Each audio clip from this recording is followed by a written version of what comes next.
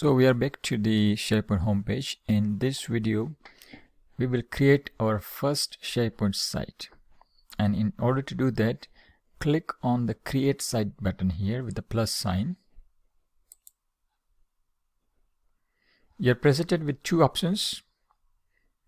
On the right, there is a communication site, which basically says publish dynamic, beautiful content to people in your organization to keep them informed and engaged on topics, events, or projects.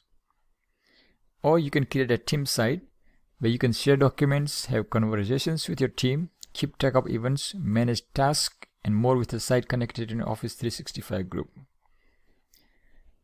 For this particular lab, we will create our first team site. So click on the team site button. Enter the site name.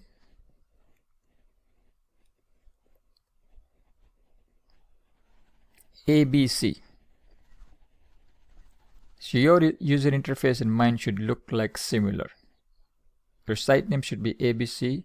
As soon as you enter the site name, the group email address also gets created.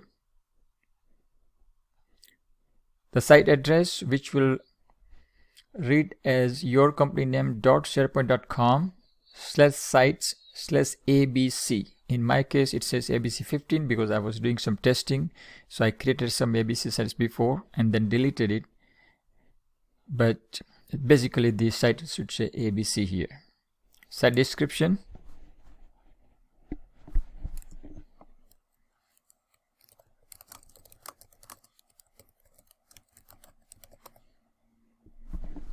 It's always a good practice to enter the site description or any other relevant information like who created it or what was the purpose or who were involved in taking the decision, etc.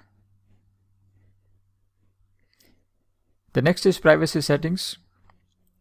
There are two options: private, only members can access this site, or public, anyone in the organization can access this site. For now, we will just keep the default options of private, meaning only the members can access this site, and later on I will show it to you how you can add team members of your group.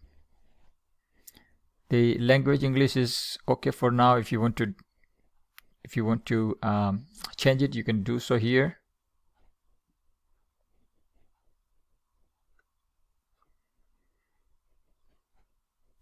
Okay, if everything looks good as per the my user interface, click on the next button. The next screen says, what do you want to add? So you can add additional owners here, or you can add members here. For now, we are satisfied with the current setup where it has created ABC private group, and we will click on the finish button.